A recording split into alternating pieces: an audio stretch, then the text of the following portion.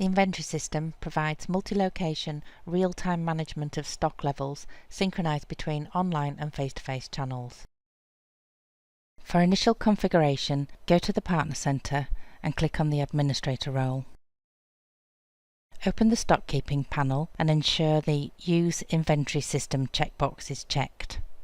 Then return to the Partner Center and select Users and Accounts. Make sure you give yourself the rights to use the inventory system and anyone else that will be managing stock. OK, once that's done, go back to the Partner Center and click on Inventory. The Inventory suite will now appear.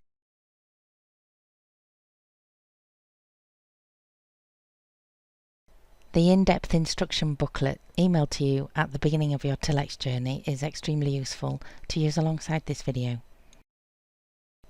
You can also import your stock list using the Tillex approved spreadsheet. And if you've been using Tillex as a website and a POS, selling online and face-to-face, then everything is listed in the sales catalogue. So when you start using the inventory, you can pull things through from the sales catalogue. But obviously that's if you've been using the sales catalogue without doing any stock control. Stock control all happens through the inventory. So quick recap, you can import from the Tillex approved spreadsheet, or you can pull through from the sales catalogue,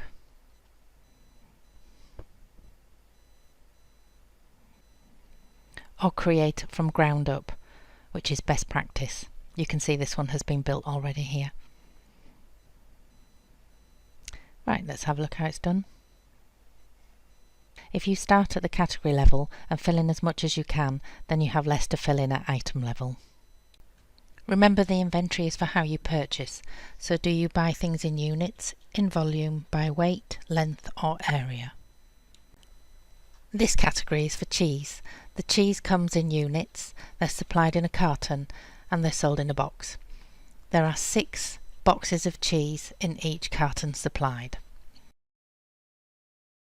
So fill in the top level, the category level, as far as you can.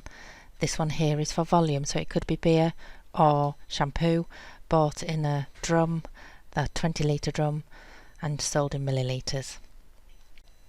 Obviously each item will have its own individual information, but just fill in as much as you can at the top level.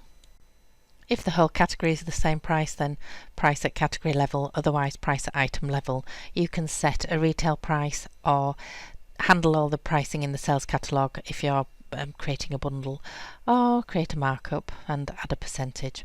Location, you can say how much you want to get down to. This is 1 drum of 20 litres, and add your supplier information. Always put the name in and then add them into the supplier list once and it will pop up. Write how much you pay, so the markup is available in reports, and how often you will purchase. Add the SKU number, the stock controlled unit number, and the lead time for delivery, so you can see when they're coming in. This is where you edit the supplier details if you haven't already input them into the system. Do make sure you only put them in once, otherwise you'll have many suppliers with the same name. Once you've created a category and added all the items, make sure that the variants, size, colour, type, length are all added as separate individual variants in the right column. List the cents in the variant column. Do not list them in the options. The option is the title. Each item may have more than one variant, so that could be size or colour. Decide which one is going to be the primary option and set it. Then you can change the SKU number accordingly in the stock supply system.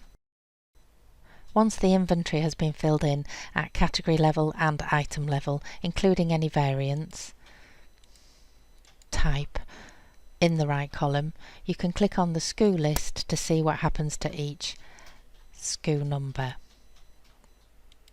So here we have the details, the supplier, stock takes, deliveries, wastages and real-time sales coming out from face-to-face on the EPOS and also website.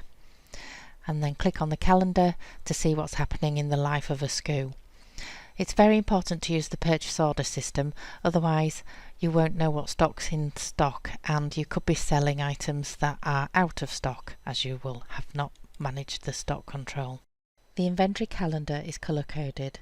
Wastages are shown as blue, purchase orders pink, deliveries yellow, automatically raised from the purchase order, ready to be checked in or shown items missing and price changes, batch codes, etc. And stock take data is collected in green. So do watch the other tutorials on each of these processes. This is an overview of the Tillex inventory system. There are more tutorials that take a deep dive look into each individual feature that are also helpful. Thanks, bye.